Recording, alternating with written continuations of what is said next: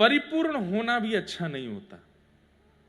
अगर कोई व्यक्ति सोचे कि मैं परिपूर्ण हो जाऊं, मुझे खाना बनाना भी आवे, प्रसादी सिद्ध करनी भी आवे, मुझे नाचना भी आवे, गाना भी आवे, गाड़ी भी चलाऊं, बाइक भी चला लूं, स्कूटी भी चला लूं, प्लेन भी उड़ा लूं, ट्रेन भी चला लूं, जो वाद्य मिल जाए तबला बजा लूं, सितार बजा लूं, ऑर्गन बजा दूं, वायलिन बजा लूं, कथा करा लो, नचवा लो, गवा लो, कुछ भी करो। सर्वगुण संपन्न एक शब्द है बहुत अच्छा, पर सब सर्वगुण संपन्न बन जाए ये उसकी स्वयं की इच्छा नहीं होनी चाहिए।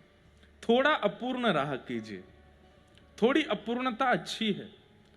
नहीं तो सर्वगुण संपन्नता से कई बार चित्त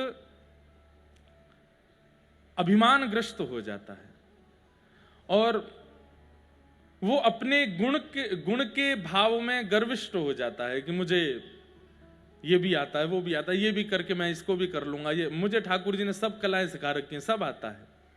नहीं, हम कहते हैं परिपूर्ण रूप से सर्वगुण संपन्न मत बनिए, एक गुण को आधार लेकर के उसमें सर्वगुण संपन्न, एक ही गुण में परिपूर्ण बनिए और उसी से ठाकुर जी को प्राप्त कीजिए।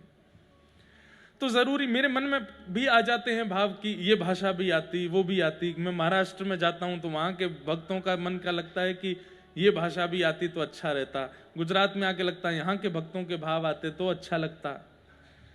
अब दक्षिण भारत जाते हैं तो वहां के भक्तों के भी भाव बड़े अलग अलग हैं, उसमें लगता है यहाँ के।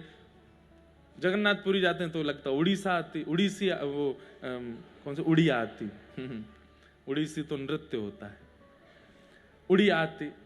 पर फिर मन में भाव आता है, अगर मैं परिपूर्ण होता तो कोई भी भाव सुनकर के तुरंत उसको गा देता, उसका अर्थ बता देता, श्रोता नहीं बनता। अभी मैं परिपूर्ण नहीं हूं तो मैं क्या कहता हूं, महाराज जी आप इसका भाव बताइए। तो जब वो महाराज जी भाव बताते हैं तो उतनी देर के लिए श्रोता बनने का सौभाग्य मिलता है, समझने का सौभाग्य मिलता है, भावुकता चित्त में आती है, विचार चित्त में आते हैं। तो परिपूर्णता आवश्यक नहीं है, एक गुण को ही साध लीजिए, बस उसी में ही परिपूर्ण होइए, वही ठाकुर जी की प्राप्ति कराएगा। मुझे सब आवे ये आवश्यक नहीं, एक आवे पर वो अच्छे से आवे बस।